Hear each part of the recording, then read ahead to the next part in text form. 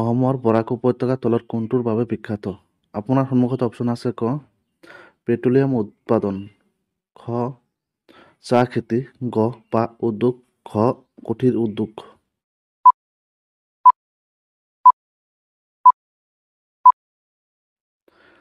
ইয়াৰ সঠিক উত্তৰটো হ'ব খ চাহ খেতি। অসমৰ কোনখন জিলাই প্লাষ্টিকৰ বাবে উদ্ভিদ অভিযান আৰম্ভ কৰিছে? আপোনাৰ সন্মুখত অপচন আছে ক কাৰ্বি আংলং, খ ধেমাজি, গ বঙাইগাঁও, ঘ গোৱালপাৰা।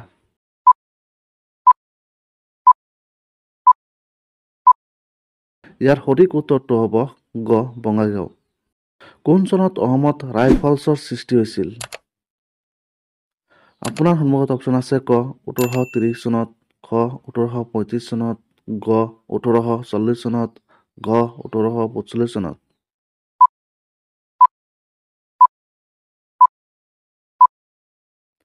ইয়াৰ সঠিক উত্তৰটো হ'ব খ 1835 চনত। কোনটো দিনত প্ৰতি বছৰে বিশ্ব টুনা দিৱস হিচাপে পালন কৰা হয়? আপোনাৰ সন্মুখত অপচন আছে ক 1 মে, খ 2 মে, গ 3 মে, ঘ 4 মে।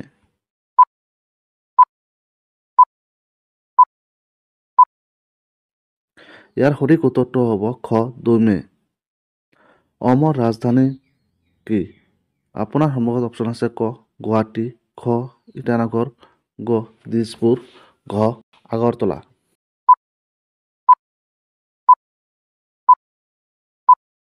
ইয়াৰ সঠিক উত্তৰটো হ'ব গ দিছপুৰ। অসমৰ আহোম ৰাজ্যৰ শেষ ৰজা কোন আছিল?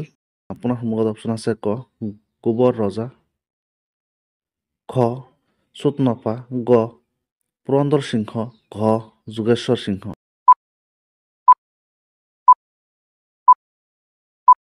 সঠিক উত্তৰটো হ'ব গ পুৰন্দৰ সিংহ। কোনখন প্ৰথম অসমীয়া উপন্যাস? আপোনাৰ সন্মুখত অপচন আছে ক মিৰি জীয়ৰী, খ ভানুমতী, গ পদুম কুঁৱৰী, ঘ সুধৰ্মাৰ উপাখ্যান।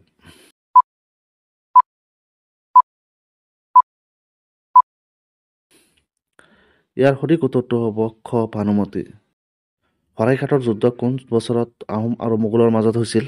আপোনাৰ সন্মুখত অপচন আছে ক 1671 চনত, খ 1644 চনত, গ 1678 চনত, ঘ 1643 চনত।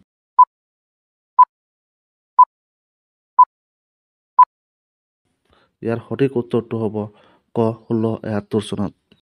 কাৰ দিনত হিউৱেন চাঙে অসম ভ্ৰমণ কৰিছিল? আপোনাৰ সন্মুখত অপচন আছে ক পুষ্য বৰ্মন, খ মহেন্দ্ৰ বৰ্মন, গ ভাস্কৰ বৰ্মন, ঘ ব্ৰহ্মপালা।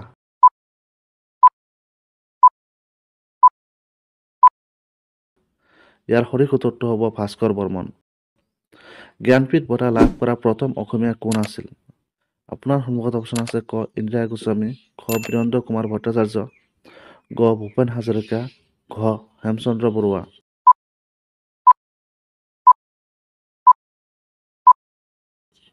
ইয়াৰ সঠিক উত্তৰটো হ'ব খ বীৰেন্দ্ৰ কুমাৰ ভট্টাচাৰ্য। কোন বছৰত অসমত ৰাষ্ট্ৰীয় খেল অনুষ্ঠিত হৈছিল? আপোনাৰ সন্মুখত অপচন আছে ক 2002 চনত, খ 2004 চনত, গ 2005 চনত, ঘ 2007 চনত।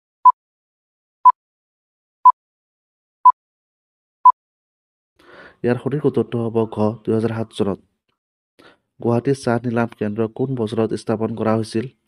আপোনাৰ সন্মুখত অপচন আছে ক 1970 চনত, খ 1965 চনত, গ 1973 চনত, ঘ এইবোৰৰ কোনটোৱেই নহয়।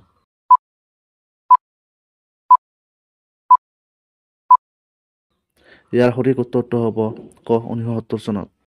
ৰংঘৰ কাৰ দিনত নিৰ্মাণ কৰা হৈছিল? আপোনাৰ সন্মুখত অপচন আছে ক ৰুদ্ৰসিংহ, খ ৰাজেশ্বৰ সিংহ, গ প্ৰমত্ত সিংহ, ঘ শিৱসিংহ।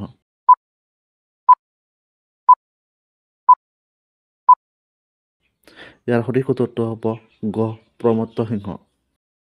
অসমীয়া সাহিত্যৰ বুৰঞ্জী লেখক কোন আছিল? আপোনাৰ সন্মুখত অপচন আছে ক নাথান ব্ৰাউন, খ যতীন্দ্ৰ নাথ দুৱৰা, গ দেৱেন্দ্ৰ নাথ বেজবৰুৱা, ঘ গুণাভিৰাম বৰুৱা।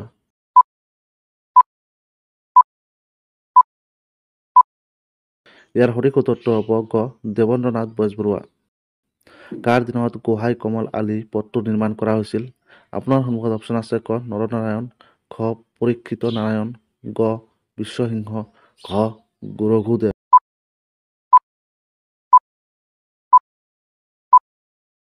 ইয়াৰ সঠিক উত্তৰটো হ'ব ক নৰনাৰায়ণ। হিন্দু উপাধি স্বৰ্গ নাৰায়ণ গ্ৰহণ কৰা প্ৰথম আহোম ৰজা কোন আছিল?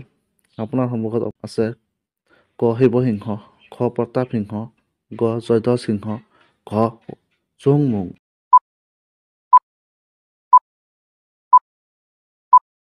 ইয়াৰ সঠিক উত্তৰটো হ'ব ঘ চুহুংমুং।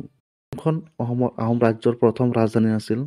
আপোনাৰ সন্মুখত অপশ্যন আছে ক গড়গাঁও, খ চৰাইদেউ, গ যোৰহাট, ঘ শিৱসাগৰ। ইয়াৰ সঠিক উত্তৰটো হ'ব খ চৰাইদেউ। পানীদিহিং চৰাই অভয়াৰণ্য তলৰ কোন জিলাত অৱস্থিত? আপোনাৰ সন্মুখত অপশ্যন আছে ক যোৰহাট, খ শিৱসাগৰ, গ গোলাঘাট, ঘ ধেমাজি।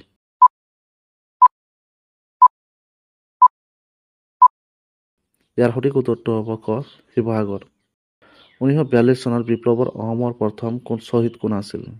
আপোনাৰ সন্মুখত অপশ্যন আছে ক কনকলতা বৰুৱা, খ কমলা মিৰি, গ কৌশল কোঁৱৰ, ঘ মণিৰাম দেৱান।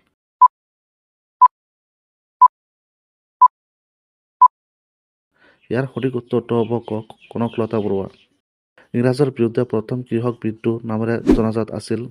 আপোনাৰ সন্মুখত অপশ্যন আছে ক ফুলগুৰি ধাবা, খ পথৰুঘাট ৰাইজমেল, গ ইটাখুলিৰ যুদ্ধ, ঘ এইবোৰৰ কোনটোৱেই নহয়।